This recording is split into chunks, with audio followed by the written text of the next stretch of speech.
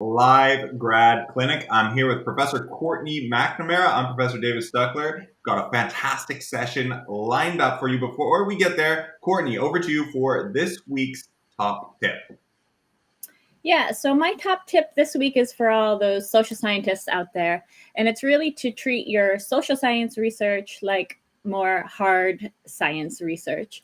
And what I mean here is to really keep track of decisions that you make early on in the research process so that when you come to the end and you're writing up and we're critically analyzing results, we can look back and figure out why you made certain decisions that you did. So I had a student this week who made a sort of decision in her work that we were talking about when we were writing up her discussion section, and I was questioning her on it, and she said, "Oh gosh, I know I had a really good reason for doing that with my work, but I just can't remember what it is."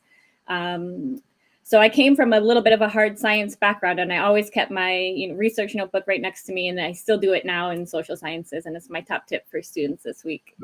That is so good. Oh man, this happens so many times where it's like, wait, why did I do that? I actually just had a student this week as well who had made a change along the way and needed to calculate his Prisma numbers and was not able to go back and retrace the steps to calculate the numbers of articles from each source that were included in the final study, and was left in this horrible situation of having to do it all over again or invent numbers. You can't just fabricate stuff. So guys, whatever your field is, what sets us apart, whether in social science, natural science, you're scientists.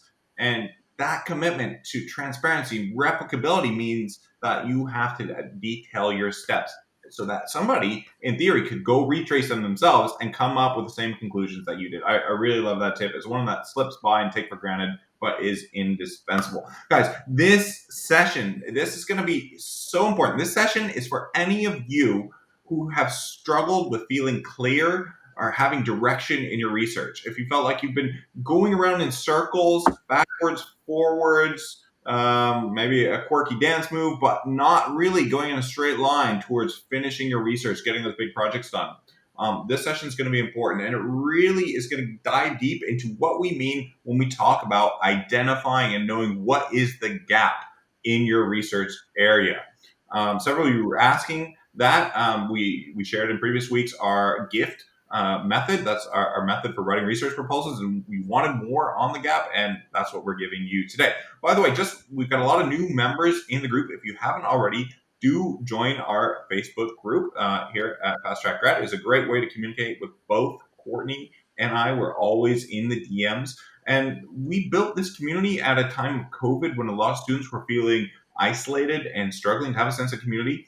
And we built this to be a critical base of support and mentorship from professors like us for many of the grads who are struggling out there. When I started off as a grad student in the prehistoric times now, I had a really bumpy road. I was a first generation grad, and I still remember that autumn where I nearly flunked out because I could not come up with a research topic. And it was exactly this, what we're going to talk about today. I could not identify the gap in my research, and I was just spinning my wheels indefinitely. And thankfully, I had support and mentorship to get me on the right path. Without it, I don't think I would have gotten to where I am today. I was able to become a professor on the tenure track at Harvard, become a tenured professor in Cambridge, and a full professor at Oxford by the time I was 30. So the methods we're sharing with you are the training that we wish we would have had, and we don't want you to suffer needlessly or fall into those pitfalls we see so many grads stumble into. And that's what this community is about. As ever, towards the end, we're going to take on your questions. So do drop in the comments anything that's not clear. Guys, don't forget either, if you like something that is Courtney saying, or if you're just really happy to be here at Fast Track Grad, do hit that like button, do hit smash like. We have discovered that helps us to serve more grads who we might not otherwise reach, because then the algorithms of the different socials do promote the support more widely. So don't forget to hit like, and that helps. And I'm seeing some people saying that they love this topic already, and I think this is great. I'm just going to share some of those comments that are coming through here, and we're going to dive straight in. So yeah, how very great to have you join us. We have people really joining from all over the world. I love that about this community. About to write my promotion article. So important for me. We also have people, one of the students working with us in our Fast Track Inner Circle group is on the tenure track. We work with professors, students, guys, if you are interested in applying to work with us more closely, we have a couple slots for our fall cohort. We like to keep small and intimate. So if that's something you're potentially interested in, do DM us right away and we'll see if it could be a good fit. All right, with that, I want to dive straight in. So, Courtney, when we're talking about the gap in research, everybody says, "Oh, the gap. You got to know what the gap is." Gap. What do they really? What do they mean by that, Courtney? Tell us. Yeah, so it's really about finding that sweet spot in the literature that hasn't been investigated yet, and that really needs someone to deep dive into it and figure out what's going on. It's if you think about what the purpose of a PhD is, for instance, is to make a unique contribution to the field. So that gap is your unique contribution. Absolutely. So the gap really is you're figuring out what's missing, and what directly follows, a direct corollary from that is what you're going to do to plug that gap. So kind of you need to have that gap before moving on to the next steps in research. Is that fair to say? Yeah, Um, definitely. so let's go through some different types of gap, because I think it's easier to be concrete, right? Okay, there's a gap, there's something missing. How do I know what it is? Well, we've looked at lots of research and we found certain common patterns in the types of gaps that we really see from researchers. And I thought it might be helpful to go through some of this. So Courtney, tell me, yeah, and tell us, like, what's like one of the gaps that you commonly see, you've seen in your work, or students that you work with. Tell us about some of the types of gaps you've seen. Yeah, most of the students I work in my own work is about mostly theoretical gaps. So, my work in particular, I seek to bring two different bodies of literature together. So there's a lot of gaps when you do that. So bringing together, for instance, a public health field with a global political economy field. And when you find things that are happening in one field that haven't been taken up yet in another field, that can be a really useful way to identify a gap. Right. So I like that a lot. So in a way, what you're saying is one thing that could be the gap is you're lifting or borrowing from a neighbor field a theory or conceptual approach that maybe hasn't been used before, and bringing it to bear on your area, kind of like this little lift off and bring you over this. There's this theory, this idea that has this great potential to bring you to your own, but it's been used over there, but hasn't been used here. And you said you personally use that in a lot of your work. Yeah, yeah. Can So, you yes, give an example? yeah. So I kind of fell into my research area. So as an undergraduate, I was taking some public health courses and at the same time taking some global political economy courses. And I would, see in my public health courses and also in grad school that people were talking about the social determinants of health, how important things like employment or unemployment is for health. And then over here in the global political economy, there was all this talk about how trade is disrupting jobs. But nobody in public health was talking about trade as a mechanism for unemployment. It was discussed mostly at a national level. So I thought, well, then trade is actually a social determinant of health. And then looking at the trade and health literature, I was seeing that most of that was focusing on like health harmful products like tobacco, food, alcohol, and no one had really looked at how trade was impacting health through employment. So that's how I identified my gap. I really like that. I think I lost part of maybe what you said, but I really like that how you identified unemployment there, Courtney. And I want to come later in session two. So we'll give you a bunch of examples of gaps, and we're going to come to then for you who are watching. If you don't know what your gap is, how you can find it, what process can you take to go about identifying it. So that's really good. Did you want to add anything there, Courtney? I don't know if I cut you off by mistake. I'm not sure where did I think maybe my connection got bad at some point, so I don't know where it ended. That's okay. It's August. Okay. By the way, my brain is completely demented. I've just come back from the States, and my hour ring. I highly recommend this for productivity. By the way, tracks your sleep. Tells me I only got 2 hours and 40 minutes of sleep. So I'm a little bit on a very quest, but So if anything is not coherent or clear, let us know in the comments. But I really love that, Courtney. So we're going to come back to that. I'm going to show some examples of my work where I did that same thing. I want to give you a second major gap that I found personally quite fruitful in my work, and that's a methodological gap. And this can also relate across fields, but it may be that, hey, there's this fancy, shiny, cool new method that's been developed and has never been applied to our area. So I'm going to lift that method up and bring it over here. Or to say, I think the ways that existing methods have been done just aren't right. Maybe they've just missed something. They haven't done it well enough, and that's led, I believe, to some false conclusions or just kind of lost the plot. So kind of what you said, it's also gets into this idea of picking up maybe from a neighboring discipline or a field or within your field a development that a new tool that hasn't been used but has great potential. And that's more like there's a gap because some students ask, and we're going to come to some in the comments, like that's kind of an extension in a way. So how do you see that, Courtney, in that case? On that methodological contribution, there's a gap, but it's also an extension. Do you see those as different? Do they fit together? How do you think about that? What do you mean by extension? So, in the sense that, this new method hasn't really been applied. Okay, but that's being the main gap that you're addressing. But I think exactly. it's hard to untangle the methodological from because essentially that starts affecting the theoretical side of things. Like, you've probably had this too when you are addressing that sort of gap, that sometimes the results that come out feed into the theory in a new way. So it's not actually just a methodological gap that you're filling there. That's how you sort of went into the research, but then coming out from it. So Absolutely. Ideally, your theory and your methods are going to marry up, which is a whole other conversation about whether they connect.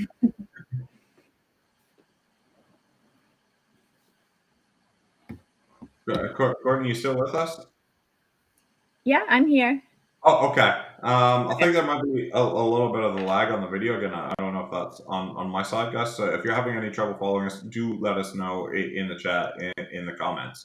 Okay, so that I found that really useful, though. So we've got a theory and conceptual gap. You can also have methodological gaps, and sometimes these two can interconnect. And in fact, one thing to say is it's not that there's just one gap. Your field might have multiple gaps that you're seeking to address. But I think it's really important to identify the main gap in the sense that you might have second order, third order sub gaps, but the big value of what you're adding to the field that people are going to understand is that, hey, there's this big problem. There's this big gap. There's something that hasn't been done that's missing. And you need to find the biggest thing because that you're going to want to articulate what is the big value out of your study. Many of you are doing this because you want to make a difference. So you need that crystal clear clarity on what difference are you going to make? What impact are you going to have by first setting up what is this big problem? Third type of gap I want to mention that I think can be very valuable. It can also be a very low value gap, and that's geography or population. So I often we deal with a lot of students who say, well, this has been done in high income countries, but hasn't been done in my country or in a low income country or in this area in particular. And that is a gap, but it's not always high value at the international level. So it's just something to think about. So I'll have students say, well, this has been done in the US, but it hasn't been done in Bangladesh. And sometimes that can be very hard to publish in the highest of the high impact journals because they just have a terrible bias towards Western rich countries. This is a deeply embedded problem. So that is a gap.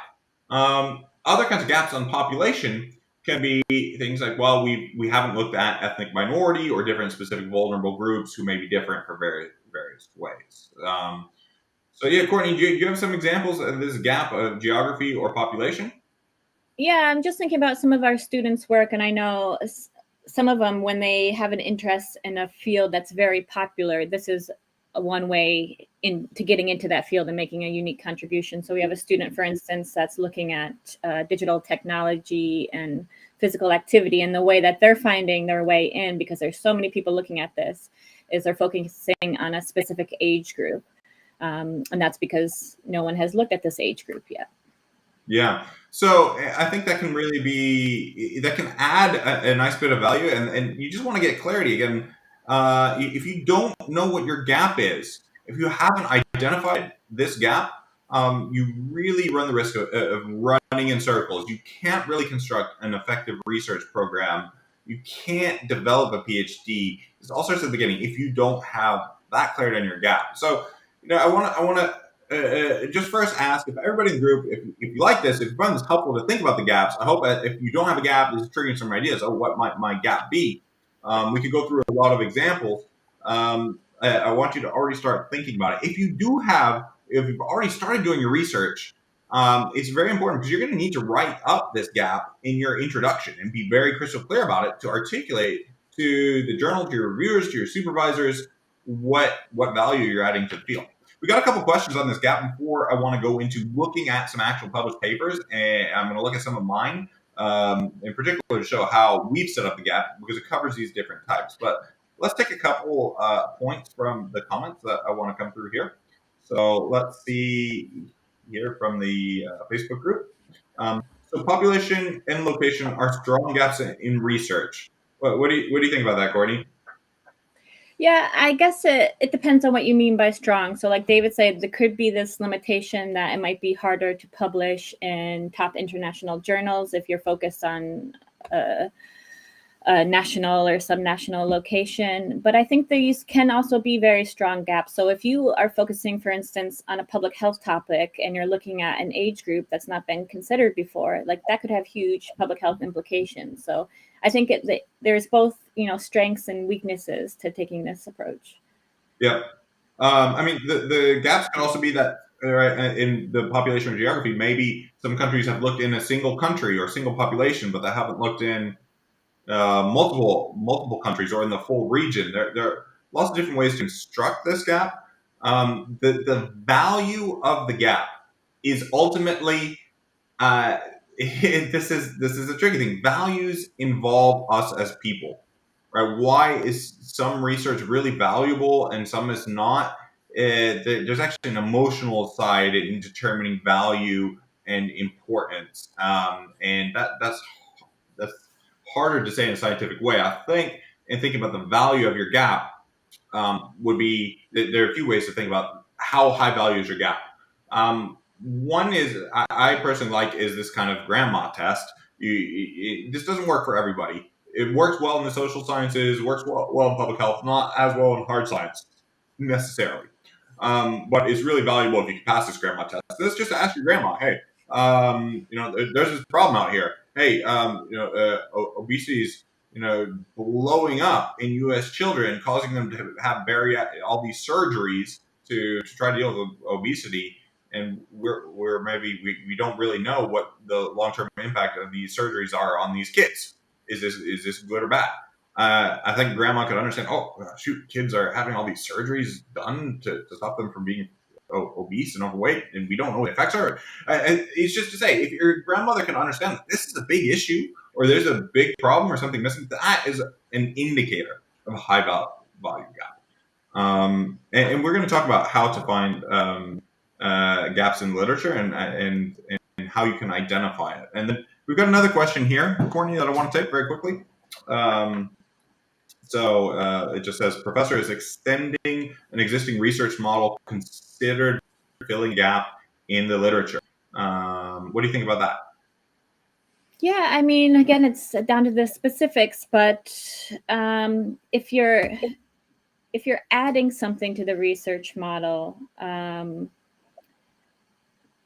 definitely theoretically, then you're filling a gap in the literature. Like if you can say that so far there's these 3 pathways to this outcome, but so far no one has considered this other pathway, then that's a huge gap in the literature.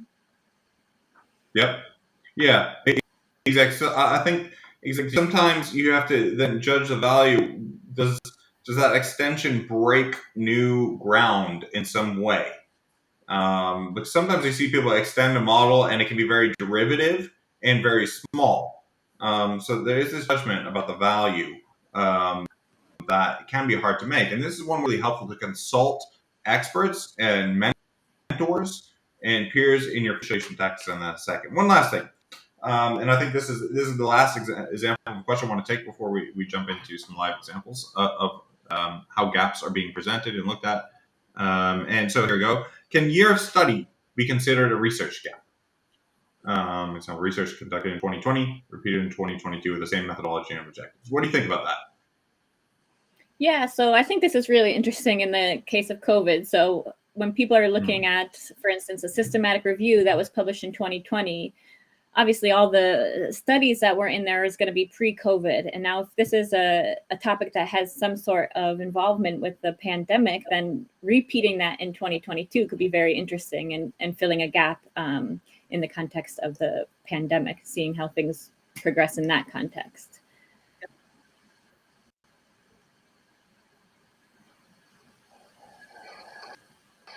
Yeah. Courtney, not sure if I lost you there, but that's a really good point. So I think it really depends on how fast your field moves. There's different fields and different paces, and that's something that you'll know from digging into the literature. So let me go ahead and what I want to do here next is I want to share my screen and my personal research from way back in the day when I was a graduate student, went about showing the gap in a paper. And you'll just see these examples really come to life. So 2 seconds here. I'm just going to see if I can get it. Bear with me. Courtney, again, I'm just checking the stream. Clearly enough, I'm not in the office. We are in August. So yeah, I do. Yep, your sound is good. Yeah. Cool. Just sharing screen. Second, and let's go to the entire screen. 1 second. We're going to get this cursive loop. You're going to see inside of this the studio platform that we're using. Let me see. Entire screen. Allow. This will pop up. Okay. So here, I'm going to take this off. You can see my very messy desktop at the moment. And I'm going to go straight into Google. So I'm going to do an ego Google because I want to share with you our own papers. So you can see how we constructed this. I'm going to go into my profile here. Oh wait, no, I'm in the wrong. But I don't see the share screen, David. You're not seeing the share screen. Okay, thanks for letting me know that. No. Okay, no, you're right. It's not sharing. So. Okay, there we go.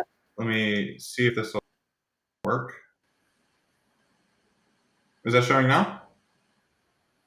Okay, looks like it's showing. Can you still see my screen here, Courtney? Yeah. Okay, I just need to switch my Google account here. Hang on. Okay, so let's go into my profile, and I'm just going to open up a few papers and show you how important this is for defining the gap. So these are some of my older papers. They've gotten a few citations along the way here. And let's see, how about this is a good one. And then I'll go to one of my former PhD students. Yushi's her systematic review. Maybe, yeah, this one. Oh, let me do this one first. So this is an old. So this is a good example of a theory or conceptual innovation, kind of justifying the gap as setting up a new hypothesis. So here I'm going to pull up the PDF. And if you go into this paper, this was published in the medical journal, The Lancet. What we did in this paper is there's this big debate. There's a puzzle about why Europeans were dying. It's just terrible. And we suggested we had a new hypothesis for why that was happening. And you can see this set up here. Little attempt made to assess empirically the effects of health on policies pursued by governments. One possible answer we suggest is this. So it makes it so simple and clear to frame this gap, say, no one's looked at this thing, this hypothesis, theory, this approach that I'm taking, which we think is quite important. So it's that simple. And I would say the entire success of this paper getting the Lancet was coming from identifying that clear gap and making that very clear all the way up to the title. And I really like when titles can somehow reflect or foreshadow that gap is coming. It really helps signal the value out of your paper right at the beginning. Okay, let me look at another example. Did that, Courtney, did that make sense, by the way? Yep, that was good. Yeah. That's a conceptual example. Let me go to another example here. This one was back in 2009. There were bad financial crises, and we took the approach here. We wanted to just understand what the effects were of these economic crises. And this had a little bit more of a methodological gap kind of flavor to it. So this was also published in The Lancet. I remember during my PhD, people used to joke around that I only like to publish in the highest of the high impact journals. And I wish I could keep that up. It's still published in very high impact journals, but I've definitely diversified since then. Okay, so here we go. Here's where in this paper I'm just finding the gap. Much of the previous work has been limited to individual countries. And I'm saying that actually to test the hypothesis here that social protection could help, we needed to look at more can do it with a single country alone. So I said that was a gap, and I also said that I had set this up. Critical question is to understand how to respond. So doing an introduction is basically leading up and building up the case to that big gap. Say, look, studies haven't looked at this. They've looked at single countries. They haven't been able to test this really important idea. I've also kind of said here, most studies have not done this, and mentioned, so I had subgaps that I mentioned that were some methodological weaknesses and shortcomings in those studies that were things that I was going to kind of clean up along the way. So if you're interested in this, happy to share the paper. You can find it on my Google Scholar profile quite easily. This had more of a methodological flavor to that gap. And again, a methodological gap on a big topic, a big area of debate, can land you in the Lancet. So yeah, Courtney, did that one make sense? Yeah, I think these are both really great examples. I'm really checking myself. Good. Okay, I have 2 hours of sleep, but I'm not 100% here. Okay, so then let me come to one by Yushi. So Yushi, really powerful, talented grad student. Again, her PhD paper got published 745 times already. Really, that's a slam dunk. Really successful. Really proud of her. She also worked very hard, but I had a lot of support along the way. Let me see if I can find a open access. I'm not in the office, so I don't have a. This should be open access.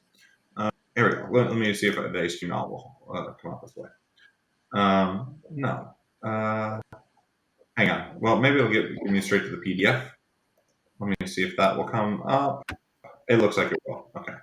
Now you pay for open access. You think, well, you spent 1,000 paper published. It better be open access. By the way, one thing that's been happening in open access, I just digress for a second while this is loading up. There's just a lot of movement in the space to make it affordable and easy for students to cover. So you can check with the journals the different agreements they have with universities and permissions they have for students. Often they're high discounts available, so you really shouldn't be ever be out of pocket to publish. Okay, so here we go. Here's the paper, and you'll see where Yushi says it starts to define the gap. In fact, she says it right here.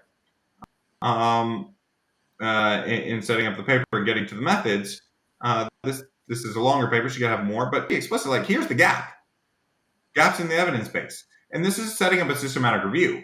So it's justifying the need to systematically review evidence and maybe review and pinpoint and highlight and understand what those gaps are. But we really like in Fast Track doing systematic reviews because it gives you a lot of confidence, helps you master your field, and you can, when you kind of zoom out and take a helicopter view of your field, you can spot gaps that if you're just looking eye to eye and at papers you can't see. So yeah, it's right in here. There's limited understanding about why certain people are vulnerable to misinformation in health, and then you can even see very explicitly to address this gap, right? So here, the literature spans multiple disciplines, but it's difficult to integrate, or they need to integrate these disciplines. And so very clear, gap, to address this gap, we're doing this. That is really helpful to get that kind of clarity. So hope this all makes sense. I'm going to stop sharing my screen for a second and come back to you because I want to turn now to now that you see this in action. I want to start thinking about how. So, Courtney, I want to move to how people who are watching this, students, how they can start finding their own gaps if they don't know what theirs is. Courtney, what would you suggest people for? Okay, that's clear. I see. I need to know the gap, and it's so critical when I go to publish a paper and get it into top journals that needs to be clear. How do you go about finding it if you're feeling completely lost? Yeah, so what we do in Fast Track Grad and having students undertake a systematic review is a great way to find a gap. So if you're doing a PhD program and consider that you have to publish 3 or 4 papers, a few empirical ones, maybe more theoretical ones, then setting up all of your work with a systematic review is great because you're going to have to review all the evidence and the previous literature anyways. Do it systematically, get a publication out of it, and you're going to end up with a very clear idea of what the gaps in the literature are and how. And this will generate ideas about how you can fill them with your more empirical work later on. So a literature review is a great way to find the gap. Yeah, and we see that helpfully from one of the comments here that one of the students in the group saying, obviously, before turning the gap, we should do a literature review. Yeah, we personally like doing a systematic literature review as the most robust way to identify that gap because then you can be very confident that you didn't miss something, but you're like, yeah, this is a high value gap in the field. Other ways come to mind for me. You can shortcut that process by, often some students are blessed with supervisors and men at the forefront of their field. And those supervisors are going to often clue them. This is how some of the students at the top institutions get ahead and get something called a Matthew effect, of kind of like how the rich get richer. Because those supervisors are going to plug them into a really good gap. That comes automatically. But what I really like what Courtney is saying is kind of the way that you can do this yourself. You don't have to have the world famous Nobel Prize winning guru in your corner. If you do this review, you're going to be able to see where the field is moving, understand very clearly what those gaps are.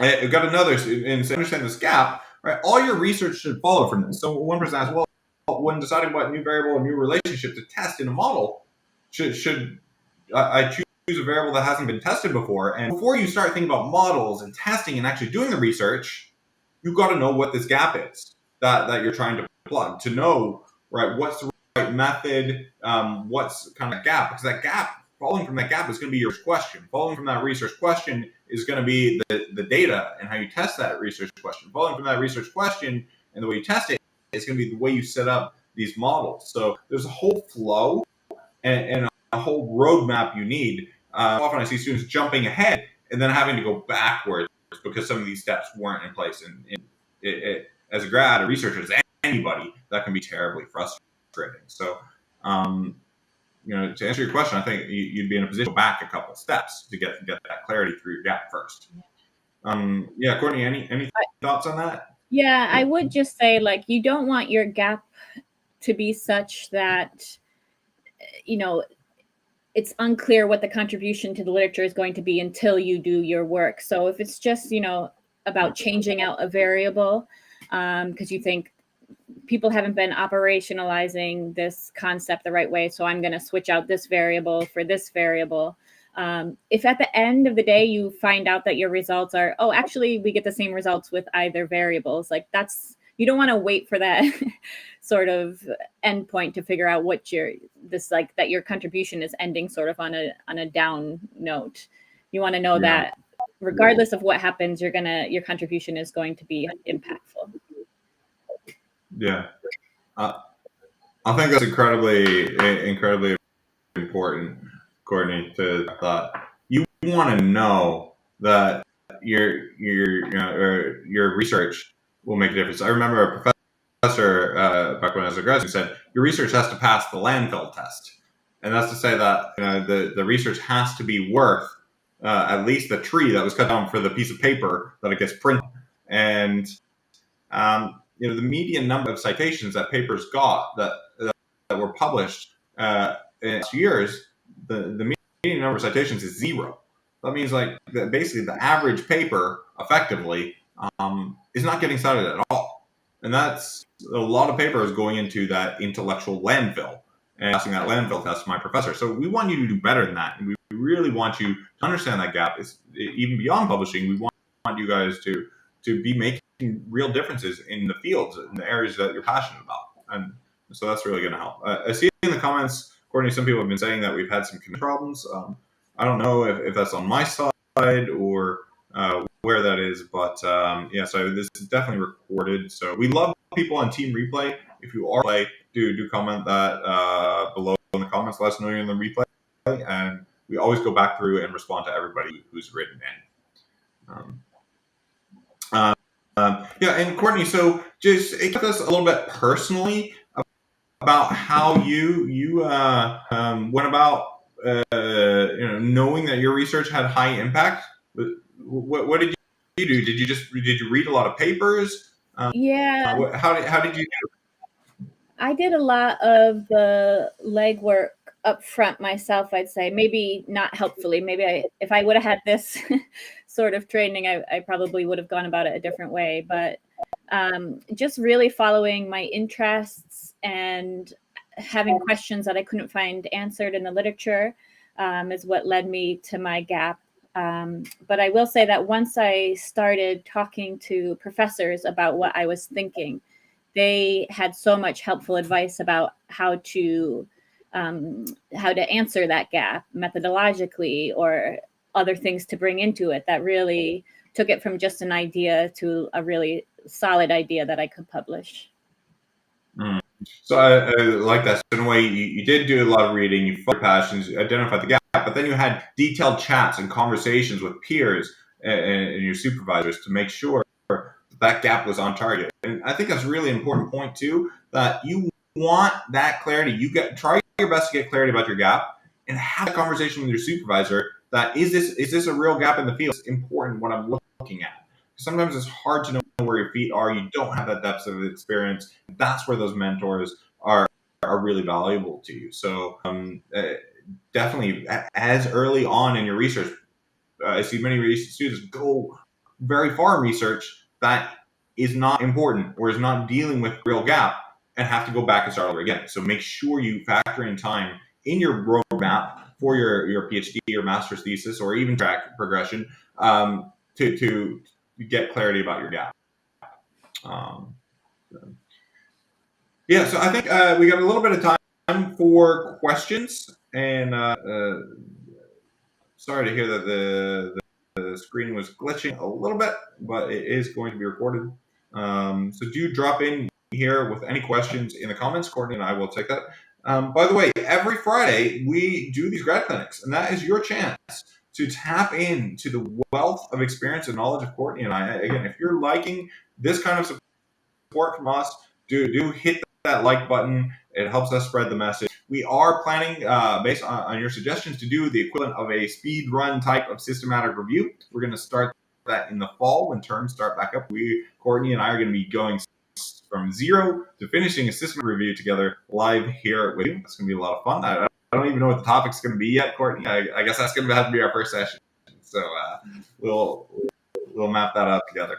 And like I said, we do have a couple slots left for students. Many of you are feeling good, but would really benefit from having experienced professors in your corner. Some of you maybe don't feel like you're getting regular supervisors. You just have to wait ages to get feedback and evaluation of your work. And we just find that our students love working with us because they save so much time tapping into shortcuts from our experience, but also the detailed knowledge that's in our courses that makes simple and easy to do things you have to do to get the projects done.